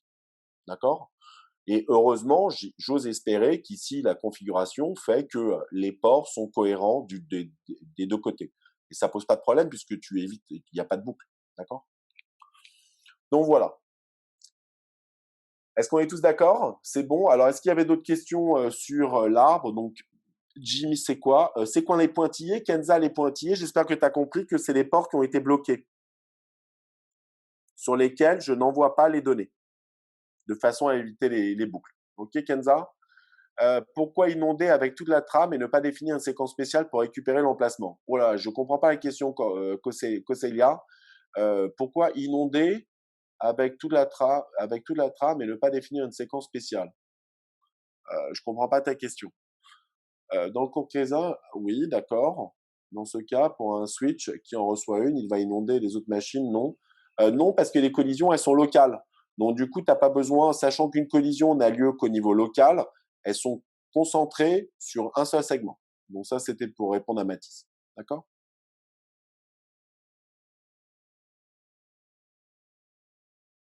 Mais qui compte quand même. Alors, qui compte quand même, il compte le temps qu'il est bloqué, mais uniquement pour les trafics de données. Hein, d'accord? Je répète pour tout le monde que là, ça ne concerne pas les messages STP. Les messages STP sont envoyés partout à tous mes voisins. Et pour les données, sachant qu'il peut y avoir de l'inondation, j'évite d'envoyer, d'accord, sur les ports bloqués. C'est tout. Ok, donc deux, trois petites choses concernant donc l'algorithme STP. Donc, il doit être en mesure de réagir aux pannes. Ça, c'est important. Les pannes de quoi? De la racine. Donc, si à un moment donné, dans mon arbre précédent, le commutateur 1 ne répond plus, d'accord, il tombe en panne, bah, il faut qu'il y ait une élection qui se fasse. Et l'élection, elle se fait comment? Le commutateur 1 cesse d'envoyer ses messages, je ne les reçois plus, d'accord. Donc, ce qui veut dire que en permanence, d'accord, ce que je fais, c'est que je compare les messages que je reçois de 1, d'accord. Et donc, je me rappelle plus hein, quels sont les voisins exacts, donc je vous laisse regarder. Hein. Donc moi, par contre, ce que je fais, c'est que je reçois en permanence les messages qui proviennent de tous. Donc, c'est-à-dire que si à un instant donné, 1 cesse d'envoyer les messages, ben, 3 va élire 2 comme étant la racine. D'accord? Donc, ce qu'on voit ici, c'est du fait que les messages soient périodiques, ça fait que si à un instant donné, un commutateur cesse de s'annoncer, ben, ça veut dire que le suivant va l'emporter sur ce commutateur qui devient absent. D'accord? Donc, ça veut dire que l'élection se fait en permanence en reconsidérant toujours le commutateur racine en se basant sur les messages que je reçois. Si à un instant donné, je cesse de recevoir les annonces provenant ou qui annoncent 1 comme étant le commutateur, le suivant va l'emporter. D'accord? Donc, le processus d'élection se fait en permanence. D'accord? Donc, d'où le fait que les messages 1 sont périodiques. D'accord? Et qu'en permanence, hein, je calcule la distance pour la racine courante, d'accord? Et c'est l'information que j'envoie à mes voisins. Donc les choses se font de manière dynamique et en continu. Un ping, ouais, au niveau MAC. Coselia, c'est bien, ouais. Ben, le ping, c'est pas MAC. Je suis désolé, c'est IP. Donc, et je vois même pas à quoi ça sert de faire un ping, d'accord? Pour récupérer l'emplacement de la destination. Hein. Comment est-ce qu'un ping peut t'indiquer où est une destination? Le ping, tu l'envoies à qui? Qu'est-ce qu'on appelle les messages STP? Les messages STP, c'est les fameux messages dont je vous ai parlé, d'accord, avec la distance et X. C'est ces messages en spécifique, d'accord, Candice? C'est ces messages-là. Ensuite, pour détecter les pannes, si par exemple un lien qui n'avait pas été bloqué disparaît à un instant donné, d'accord? Donc on peut prendre par exemple hein, le cas qu'on avait tout à l'heure, donc ici. Donc imaginez qu'ici ce lien il tombe.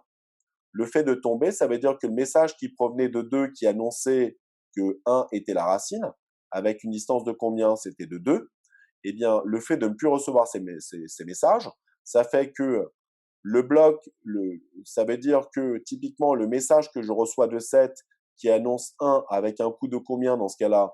Ben, de 3, d'accord? Eh bien, le fait que ce message ne soit plus reçu, eh bien, c'est ce message qui va l'emporter. Et donc, dans ce cas-là, le port du point de vue de 4 va être réactivé à ce moment-là. Puisque le TTL qui était ici a expire, le port est débloqué et n'est pas rebloqué à nouveau, puisque le seul moyen de joindre la racine, c'est en passant par 7. Vous voyez comment les choses évoluent au cours du temps. Donc, naturellement, 1, périodicité des messages. 2, les états qui sont maintenus concernant les ports bloqués sont limités dans le temps. Et donc, c'est comme ça qu'on rend l'algorithme robuste aux pannes ou aux cassures, aux ruptures de lien. D'accord? Donc, voilà pour le STP. Donc, j'espère que tout le monde a compris comment ça fonctionne. Donc, il y a plusieurs détails. D'accord? OK? Donc, bien évidemment, hein, toute la complexité d'un algorithme, d'un protocole, c'est de voir qu'il évolue dans le temps. Nous, ce qui nous intéresse, c'est de voir l'état final. Est-ce qu'on arrive à converger vers l'état final attendu, à savoir la construction de l'arbre? Donc oui, on peut passer par des états intermédiaires, comme Jimmy les a décrits, quels qu'ils soient. Donc on ne peut pas véritablement prédire la séquence exacte des états par lesquels on passe. Il y a des états de convergence pendant cette période de convergence qui vont être incohérents, oui, mais on le sait, d'accord? C'est un système distribué, donc on accepte le fait que sur une période de temps, on a des états qui ne sont pas cohérents et qui vont finalement converger. Donc nous, ce qui est important de savoir, c'est est-ce qu'on converge, oui ou non, d'accord? Est-ce qu'il y a convergence? Et d'autre part, le temps que ça prend pour que l'on converge. Et donc le STP, 1, il converge, ça c'est sûr. Au bout de combien de temps, s'il vous plaît? Est-ce que quelqu'un sur l'arbre ici peut me donner le temps que cela met pour converger? Allez-y. Alors, qu'est-ce qu'on peut faire? Ouais, disons que pour traverser les liens ici, tous les liens, pour les traverser, ça prend 5 millisecondes. Au bout de combien de temps est-ce que mon arbre aura convergé? Exactement, ouais, tout à fait, bébé.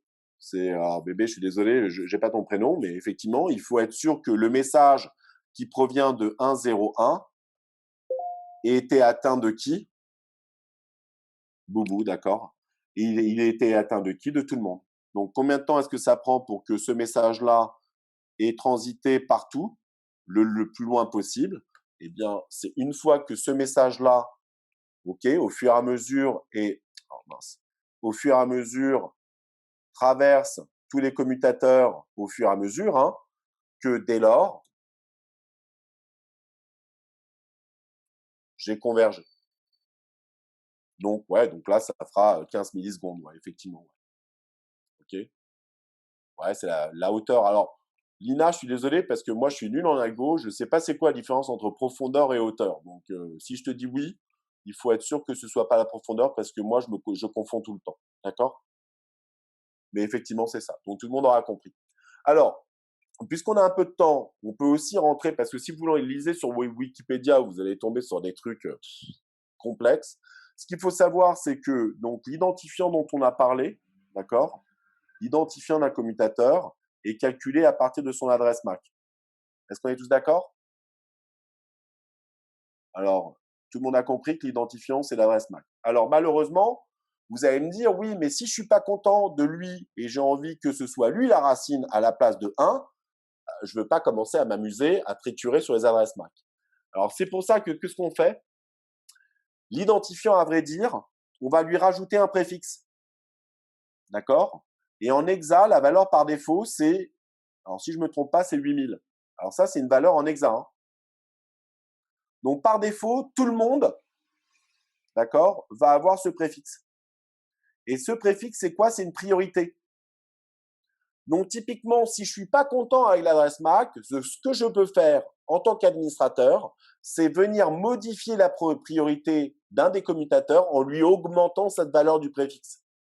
Mais c'est quelque chose que je ne peux faire que manuellement.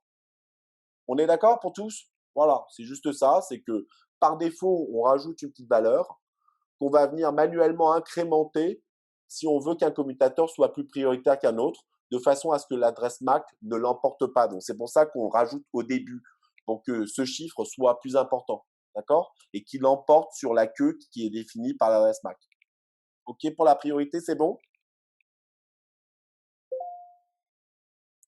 Tout le monde est d'accord? OK. Et une autre chose, à nouveau, ce qu'on peut faire aussi, c'est, vous vous rappelez, j'avais parlé des ports. Eh ben, les ports, vous savez quoi? C'est pareil. C'est-à-dire que ces valeurs-là, à vrai dire, elles sont indexées par une priorité. Donc, je rajoute une. Alors, c'est pas un, c'est pas. Ah, je commence à fatiguer là. Ça y est, au bout d'une heure 40, c'est foutu. Donc voilà. Donc, vous voyez que chaque port, à vrai dire, la valeur que je vais lui donner, c'est une valeur que je vais pouvoir venir régler par défaut. Donc, si je suis pas content avec la numérotation qui a été faite des interfaces, eh bien, grâce à la priorité, je peux rendre une interface plus prioritaire qu'une autre. On est d'accord? Bon, voilà. Donc, ça veut dire que c'est pas la valeur 1. Si vous regardez sur un switch, par défaut, c'est 8001, 8002. Et la valeur 8000, au même titre que l'identifiant, vous pouvez venir la rendre plus prioritaire qu'une autre.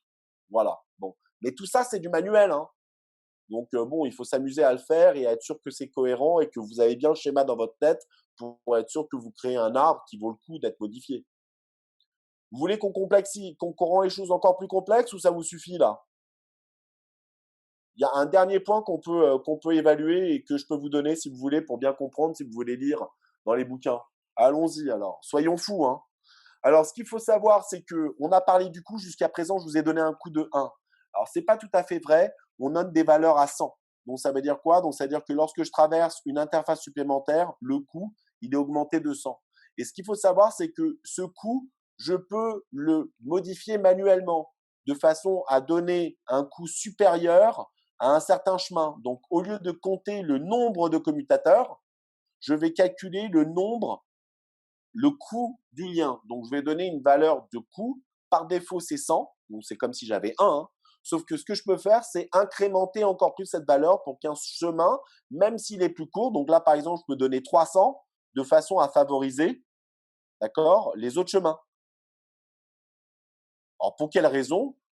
Parce que les administrateurs sont fous, d'accord? Mais ce que je peux faire, c'est aussi jouer sur l'arbre en définissant un coût au niveau de mes liens qui est différent, d'accord, selon le lien. D'accord? Voilà, donc là, il y a aussi cette notion-là. Comme vous voyez, ça rentre dans les détails et ça changerait à la construction automatique. D'accord? Donc manuellement, vous pouvez effectivement venir modifier certaines choses pour influencer sur la topologie de là. On est tous d'accord pour ces points-là? Alors, je vous ai perdu là, je vois qu'il n'y a plus de chat, il y a plus. Ah si, il y a quand même des petits doigts sur le premier écran. Donc merci Dimitri, Clément, Rania, Camille. Donc Hainam aussi pour ton oui. Merci Jimmy. Donc allons-y. Donc c'est pour le STP. Maintenant, on va parler des VLAN rapidement. Pourquoi? Parce que pour moi, les VLAN, c'est pour ça que vous ne trouvez pas beaucoup de choses dans la littérature, parce que grosso modo, c'est du n'importe quoi. Alors pourquoi c'est du n'importe quoi? Parce que, si vous êtes en informatique pensant qu'on automatise les choses, là, dans les VLAN, c'est tout le contraire. Alors, je m'explique. Donc, on l'a dit, un des problèmes des commutateurs, donc un des avantages, c'est qu'on évite les collisions. Mais par contre, si je diffuse, j'inonde partout. Inonder, ça veut dire que, c'est moins confidentiel. Donc, ça veut dire que je peux recevoir le trafic provenant d'un autre segment alors que la destination n'est pas sur mon réseau. D'accord? Donc, problème de sécurité. Donc, je peux voir passer toutes les trames. Bon. Dans certaines entreprises, je ne sais pas, moi, par exemple, les informations qui transitent parmi les membres des RH ne doivent pas être vues des employés. Hein. On va parler de, etc.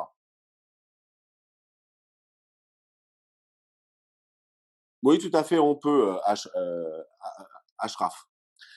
Donc, problème de sécurité. Et d'autre part, donc la sécurité, tout le monde a compris. Hein, et ensuite, on a la charge. Pourquoi la charge? Parce qu'à nouveau, ce que je veux, c'est que si j'ai un switch au milieu, et que là, je suis sur une source qui est une destination est ici, je n'ai pas envie que le trafic il aille partout. Et pourtant, s'il faut inonder parce que ma table est vide, je vais consommer la bande passante de ces réseaux-là et déranger toutes les stations ici pour rien, parce que la destination, elle est là. Donc, vous voyez, donc deux problèmes qui font que, j'ai un problème de confidentialité de trafic, que je ne peux pas éviter tant que j'ai besoin d'inonder. Et on a dit que j'ai besoin d'inonder puisque j'ai besoin de réaliser l'apprentissage. Sans inondation, il n'y a pas d'apprentissage. Sans apprentissage, il n'y a pas de table. Et s'il n'y a pas de table, j'inonde tout le temps. Donc, pour avoir une table, il faut quand même inonder, mais pas tout le temps. Donc, voilà. Donc, c'est un compromis.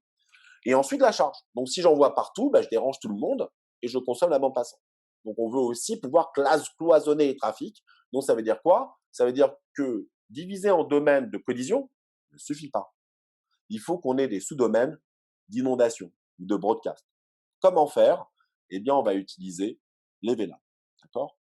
Et les VLAN, ça veut dire quoi? Ça veut dire qu'ici, on va découper notre réseau en différents domaines de façon à réduire la taille des tables, puisque maintenant, je ne peux connaître où sont situées les stations appartenant au même VLAN.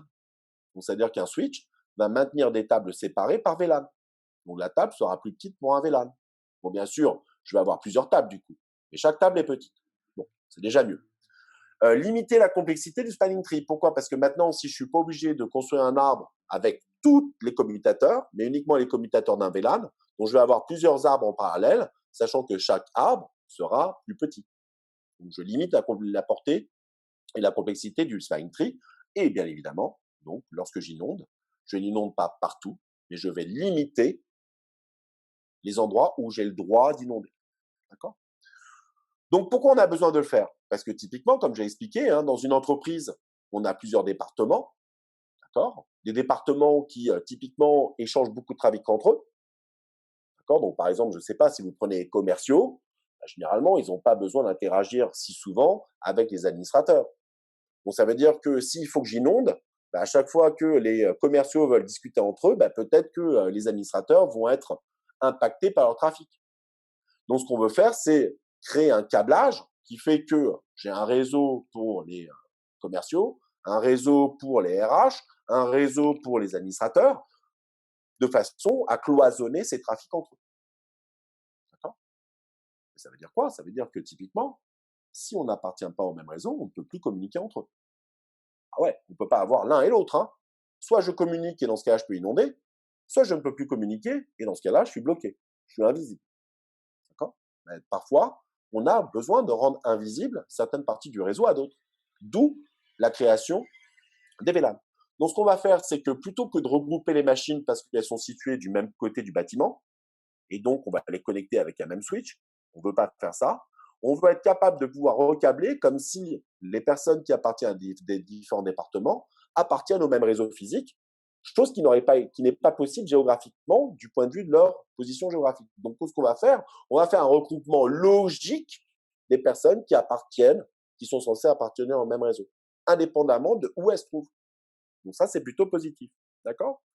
Donc, on va profiter du fait que, comme j'ai dit, au sein d'un département, les trafics sont localisés. C'est ce qu'on appelle la localité géographique du trafic. D'accord? Et d'autre part, le fait qu'on n'ait pas besoin de recabler tous les câbles pour empêcher certaines personnes de se voir les unes les autres. Et on fait des VLAN. Donc, comment on fait ça? Typiquement, ça, c'est la configuration de base.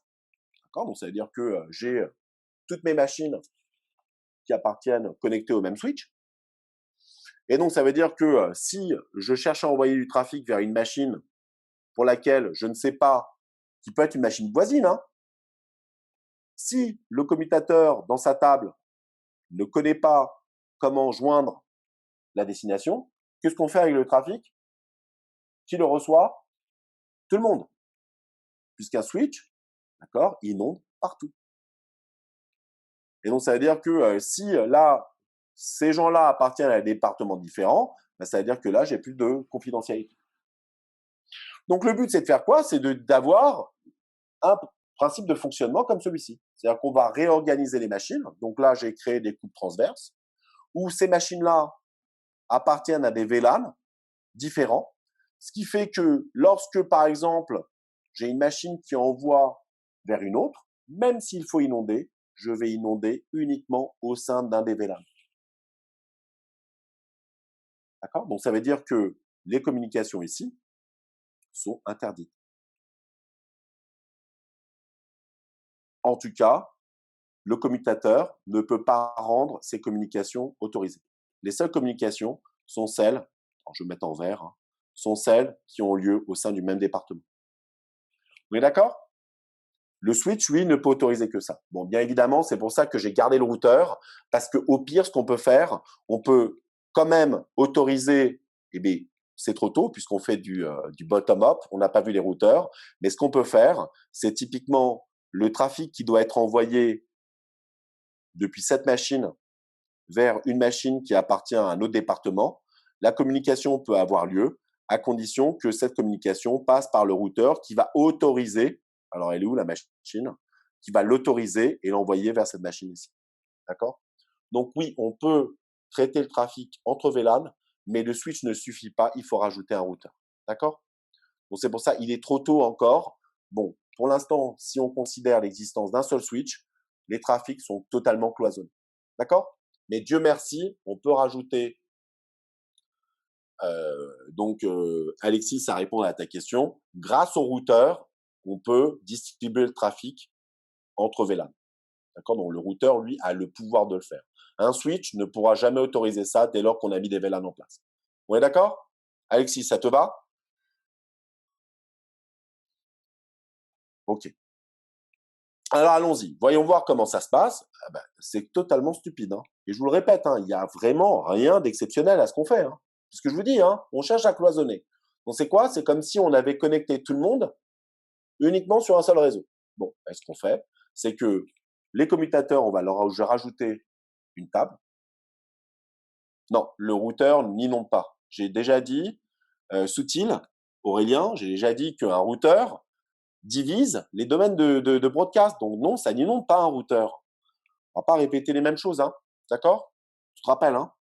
Donc, en tout cas, un switch configuré avec des VLAN, ça revient à faire quoi? Ça veut dire que pour chaque port, je vais identifier pour chaque port à quel VLAN ils appartiennent. Ce qui veut dire qu'à présent, si je reçois du trafic sur le port 1, le switch a le droit d'envoyer ce trafic, dans le pire des cas, en inondant, sur quel port? Uniquement sur les ports qui appartiennent au même VLAN. Ça veut dire sur le port 4 et 9. Donc, c'est-à-dire que le switch va interdire l'envoi du trafic sur les autres ports. Voilà. Donc, ça veut dire que lorsque j'inonde, est-ce que j'inonde à tout le monde? Non. Est-ce que je rends le trafic confidentiel? Oui. Est-ce que dans ma table, au niveau du switch, je peux apprendre et autoriser l'inondation de cette machine vers celle-ci? Non. D'accord? Donc, toute la question ici, c'est de comprendre comment on crée cette table. D'accord? Eh bien, on la crée manuellement. C'est génial, hein? Donc, ça veut dire qu'on s'est emmerdé pendant des décennies à faire les choses automatiques, auto-apprentissage, spanning tree et tout ça. Tout ça pour qu'on nous dise, ouais, mais ce qui est mieux, c'est de faire du statique et du manuel. Stop, hein? Ça vous plaît, les VLAN, du coup? Oui, ça brise en quelque sorte un peu le mythe, hein. C'est-à-dire que, à nouveau, je vous le répète, donc on essaie de faire des choses qui sont automatisées, optimales, robustes. On cherche à traiter tous les cas de figure. Ben là, avec les VLAN, on fait les choses manuelles. Voilà, c'est comme ça. Donc, hein, mettez-vous bien ça dans la tête, c'est très manuel. Donc maintenant, bien sûr, hein, parce que les ingénieurs, ils peuvent toujours complexifier les problèmes. Donc la problématique pour nous, c'est de dire, OK, donc j'ai une trame que je reçois sur un port. Comment définir à quel VLAN appartient la trame? Donc ça, par contre, c'est une question qui est importante. D'accord? Donc à nouveau, ce qu'on peut faire, c'est faire du statique. C'est de dire que I appartient au VLAN X.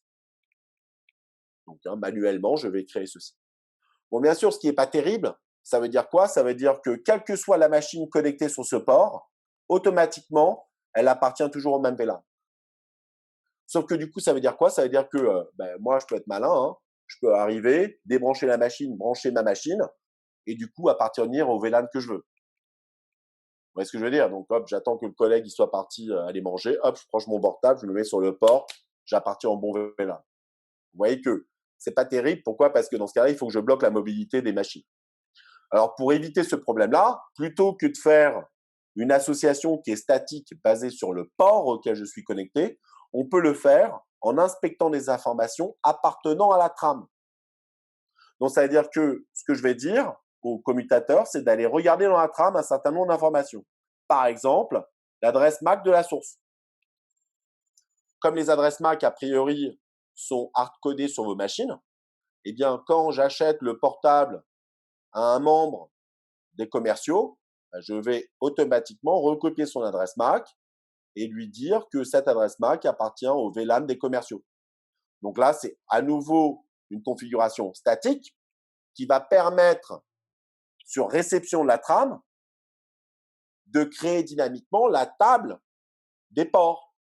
Mais au début, il y a quand même une configuration manuelle, hein. Bon, voilà. C'est pour ça qu'on a besoin des admins, hein. À la fois, il faut bien justifier leur rôle. Voilà, manuellement, ils vont le faire. C'est super. Bon, si je me trompe quand je copie l'adresse MAC, ça marche pas. Il faut débugger. Bon, c'est super. Ensuite, ce qu'on peut faire, alors tout est possible, hein. D'accord? Mais ça, c'est le cas le plus courant et c'est celui qu'on va inspecter ensemble. Ensuite, on peut aussi se baser sur le champ type. Donc, ça veut dire selon le type de protocole encapsulé dans Ethernet. Si c'est de l'IP ou si c'est autre chose. Donc là, on peut faire des VLAN par type de protocole. On peut aussi faire ça sur la base de l'adresse IP. Alors, c'est trop tôt pour en parler puisqu'on n'a pas parlé d'adresse IP. Donc, désolé, je ne peux pas en parler. Bottom-up, je ne peux pas vous dire ça. Ou par exemple, sur le type d'application. Pourquoi? Parce que je peux créer des VLAN avec une bande passante adaptée si, par exemple, c'est des applications, si je fais du Zoom ou du Skype ou de la téléphonie. Donc, je peux définir un VLAN spécifique qui dépend de l'application que j'utilise de façon à apporter des garanties en termes de bande passante. Donc, je peux aussi faire des choses qui sont beaucoup plus orientées qualité de service. D'accord? Donc, tout est possible, mais le principe reste le même. Ça veut dire quoi? Ça veut dire qu'au début, je vais créer une entrée statique. Donc là, je vais considérer l'adresse MAC des machines.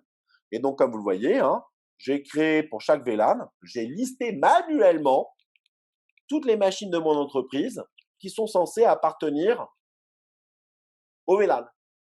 Et donc, ce n'est qu'après, dès lors que je connecte sur un port, ou que ce soit dans mon entreprise, donc je trouve une prise filaire, je me connecte automatiquement grâce à cette table qui a été créée sur mon commutateur. Ok, je vais pouvoir créer dynamiquement la table de correspondance entre les ports sur lesquels je reçois les trames et les VLAN. Donc, ça veut dire que cette table est recalculée dynamiquement. C'est-à-dire que si à un moment donné, la machine A change de port et vient se connecter sur un autre port, eh bien, elle pourra automatiquement, d'accord, être connectée là où il faut. OK? Donc, voilà. Donc, soit je crée de manière statique cette table, mais à nouveau, la mobilité n'est plus possible puisqu'il suffit d'être branché sur le bon port pour être sur un VLAN qui me convient, chose que je ne peux pas autoriser si je suis administrateur. Ce que je préfère faire, c'est bloquer de manière statique. Donc, tu as beau te connecter, bon, bah, le MAC ne marche pas. Et évidemment, vous allez me dire, ouais, mais on peut toujours gruger et changer l'adresse MAC de notre machine. Ah ouais, ça c'est possible. Et c'est pour ça que les administrateurs ne vous laissent pas être administrateur sur votre machine. Parce que pour modifier l'adresse MAC de votre machine, vous ne pouvez pas le faire si vous êtes utilisateur lambda. Vous devez avoir les droits super utilisateurs. D'accord? Donc, bon, en théorie, vous pouvez, à condition d'être un administrateur. D'accord? OK? Et aussi de connaître quelle est la bonne adresse MAC à utiliser. Là aussi, il faut vraiment enquêter un peu plus. Donc, tout le monde a compris comment se fait ce calcul et que, au bout du compte, ce qui est important, c'est que le switch puisse flaguer les trames de façon à savoir où les envoyer. Donc, ici, ça veut dire quoi? Ça veut dire que si j'ai 3 VLAN, OK, j'ai 3 tables CAM, les tables d'apprentissage, puisqu'il faut que je fasse de l'apprentissage pour chacune, et j'ai 3 arbres spanning tree. OK, puisque maintenant, j'ai créé 3 réseaux physiques de manière virtuelle. Hein. J'ai 3 réseaux et ils sont indépendamment les uns des autres. Donc, ça veut dire qu'il faut pouvoir faire communiquer ADG grâce à des tables, grâce à un arbre s'il y a des boucles, etc., etc. D'accord? Donc, j'ai dupliqué la complexité. Donc, sur un même équipement physique qui est mon commutateur, j'ai créé plusieurs instances de réseau et de LAN. Et donc, du coup, de manière logique, cette virtualisation me permet de créer un découpage, mais ça multiplie les états dont j'ai besoin. Donc, c'est comme si j'avais 3 réseaux, 3 commutateurs, mais en fin de compte, j'en ai un seul qui virtuellement fait croire, donne illusion qu'il y a 3 réseaux. Alors, Ibrahim me dit, mais du coup, pour les premières trames pour lesquelles, exactement, tout à fait, on les jette. Donc, ça veut dire que je ne construis ces tables qu'à condition de recevoir du trafic. Donc, c'est réactif. D'accord? Donc, je réagis aux trames. Donc, ça veut dire qu'au début, c'est bloqué. Exactement. Je n'inonde jamais. Donc, ça veut dire que s'il n'y a pas eu un échange mutuel, les tables n'ont pas été créées. Donc, Ibrahim, tout à fait. Donc, il y a une période de convergence et de construction de la fameuse table port VLAN. OK? Donc, c'est le prix à payer pour rendre les choses un peu dynamiques. Dernière chose dont je voulais vous parler, parce que ça, c'est indépendant, c'est super important pour les VLAN, c'est le fait que maintenant, si j'ai plusieurs VLAN en cascade, ça peut arriver. Donc, plusieurs switches, excusez-moi. Donc, ici, j'ai la problématique suivante. Donc, disons qu'à un instant donné, vous voyez que A et B appartiennent à 2 VLAN différents, d'accord? Alors, est-ce que je me suis trompé dans les numéros? Il y a des chances, hein. Je vérifie quand même. Donc, dans A et B appartiennent au même VLAN, d'accord, vous voyez? Donc, on est sur le même VLAN. Et du coup, ils cherchent à communiquer avec une machine qui est connectée sur un autre commutateur. Okay. Donc, si par exemple, oui, on peut cloner, j'ai déjà dit Mohamed, mais il faut que tu aies les droits super utilisateurs, d'accord, sur un réseau. Donc, c'est pour ça que quand tu travailles pour une entreprise, tu ne peux pas être l'administrateur de ta machine. Et donc, si tu n'es pas l'administrateur, tu ne peux pas cloner. OK, Mohamed? Je l'ai dit il y a 2 minutes. Alors, le problème qui se pose ici, c'est qu'à un moment donné, si je crée l'apprentissage en me basant sur les adresses sources, d'accord, donc je reçois l'adresse MAC de A, l'adresse MAC de B. Et également dans le lot, j'ai également le trafic que je reçois de D. Le problème qui se pose, c'est que si je crée les tables comme on l'a fait tout à l'heure, ça veut dire que du coup, sur le même port qui est le port 5, je vais voir que j'ai aussi bien du trafic provenant de 1 ou de 2. Donc, ça veut dire que je fais faire une association où pour un même port, le port en entrée de ce switch, j'ai 2 VLAN. Sauf que comme vous le voyez, pour chaque VLAN, il faut que ça sorte vers une des 2 ports. Alors comment je peux faire, comment est-ce que je peux faire pour savoir sur quoi envoyer? Alors de 2 choses une. La fameuse table que je vous avais montrée tout à l'heure, où pour un VLAN, je vais lister les adresses MAC, MAC de A et de B, et VLAN 2, j'ai la MAC de D. Ben, le problème qui va se poser là, c'est que du coup, cette table, il faut que je la réplique sur tous les switches de mon réseau. Et ça, je le fais manuellement. Bon, ça devient quand même assez coûteux. Parce que si j'ai plusieurs switches, il faut que cette fameuse table, je la mette partout. Alors, je peux le faire, mais c'est très fastidieux et ça peut ajouter des erreurs. Alors, qu'est-ce qu'on préfère faire? On préfère créer cette fameuse table où je vais lister les MAC par VLAN. Et après, ce que je vais faire, c'est que je vais utiliser l'étiquetage des trames. D'accord? Donc, comme j'ai dit, hein, il y a des solutions autres. Par exemple, dupliquer la table, les associations sur tous les commutateurs. C'est très coûteux et ça peut entraîner des erreurs. Je peux créer des ports spécifiques où je peux dire que je vais créer 2 ports entre les 2 switches, un par VLAN. Mais vous voyez, plus j'ai des VLAN, plus ça va être coûteux en termes de ports et donc pas forcément. Donc une solution qui est beaucoup moins coûteuse, c'est de créer ce qu'on appelle d'étiqueter les trames. On va voir comment ça marche, mais en tout cas, le format est le suivant à présent. Donc plutôt que d'avoir le format habituel qu'on avait, adresse source, destination et type, on va intercaler avant le type un champ sur 4 octets où les 12 derniers bits correspondent à l'identifiant du VLAN.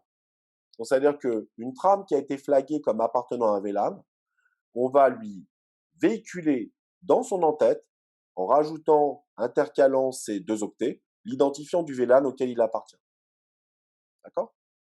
Bon, et comme vous voyez, ces 2 champs se font au détriment du champ donné. C'est-à-dire qu'ici, il y a une problématique où la taille, d'accord, peut créer le fait que si la trame est trop longue, ça peut avoir des problèmes. Peu importe, je ne vais pas rentrer dans ces détails. Donc maintenant, on comprend que dans l'entête, je vais rajouter la valeur de l'identifiant du VLAN. Donc maintenant, ce que ça veut dire que lorsque A envoie sa trame, lui, il n'a pas de tag. Par contre, ce que je vais rajouter l'identifiant auquel appartient la trame. Donc je l'ai reçu sur le port 1, on me dit que c'est le VLAN 1. Je vais rajouter l'étiquette qui est ici, d'accord, qui dit que c'est 1. Du coup, lorsque ce commutateur reçoit la trame étiquetée, ben, grâce à sa table, maintenant, il sait que si c'est le VLAN 1, ça ne peut être envoyé que sur le port 1. Et dans ce cas-là, j'ai plus de problème. J'arrive à cloisonner les trafics sur plusieurs switches successifs sans être obligé de répéter la configuration sur tous les switches. D'accord? Donc, c'est pour ça qu'on parle aussi d'étiquette. Et donc, comme on l'a vu dans le transparence précédent, hein, c'est la norme 802.3Q. D'accord? Donc, toujours MAC, hein, .3 Ethernet, et c'est Q pour tout ce qui est donc étiquetage. OK? Donc voilà, il reste quelques minutes juste pour rappeler donc que font les commutateurs, hein, d'accord? Donc, à nouveau, c'est plug and play. C'est totalement transparent du point de vue des machines d'extrémité. Ça évite les collisions en créant des domaines de collision. Ça fait de l'acheminement rapide puisque là, je fais du filtrage en me basant sur une table que je maintiens assez petite. Tout ce que je fais, c'est que je compare les 48 bits de l'adresse MAC, destination, si elle existe dans la table, et je fais mon filtrage en me basant sur les blocs. Je restreins les topologies s'il y a des boucles à un arbre que je vais construire en fonction d'une racine, et tous les chemins vont converger vers cette racine en choisissant les chemins les plus courts, à moins d'utiliser des priorités ou des coûts différents, mais par défaut, c'est le chemin le plus court en comptant le nombre de switches. À nouveau, les tables peuvent être très problématiques puisqu'elles peuvent devenir très longues. Et donc, si j'ai un grand réseau, je peux avoir des problèmes de tables très longues. Donc, on peut ensuite cloisonner le réseau avec des VLAN de façon à avoir une table par VLAN. Ça n'empêche qu'on multiplie le nombre de tables. Donc ici, du fait d'avoir des adresses qu'on ne peut pas agréger, ça crée des tables qui sont très grandes. Et d'autre part, l'inondation est toujours présente, d'accord? Et si on a des réseaux très grands sans VLAN, ça peut créer des tempêtes de broadcast et donc créer beaucoup de problèmes. D'accord? Donc voilà pour les avantages et les inconvénients. En conclusion, donc, on a plusieurs équipements pour interconnecter des segments ou des liaisons Ethernet. Donc, si ce sont des bus, on parle de répéteurs ou de ponts. Les répéteurs sont stupides comme les hubs qui permettent de faire des étoiles. Donc, on peut utiliser soit des ponts, soit des commutateurs. Donc, les ponts, c'est pour les bus. Les commutateurs, c'est pour des liaisons directes. Les concepts que l'on a vus et qui sont propres aux commutateurs, c'est le cut-through switching, qui propage des erreurs, malheureusement, mais qui est plus rapide. L'auto-apprentissage qui crée des tables dans lesquelles je vais remplir avec une âge, un état mou. Les états mous, on les retrouve aussi pour l'état des ports, d'accord, qui sont maintenus pour une durée limitée, d'accord, et qui permettent donc de créer cet arbre par blocage de port.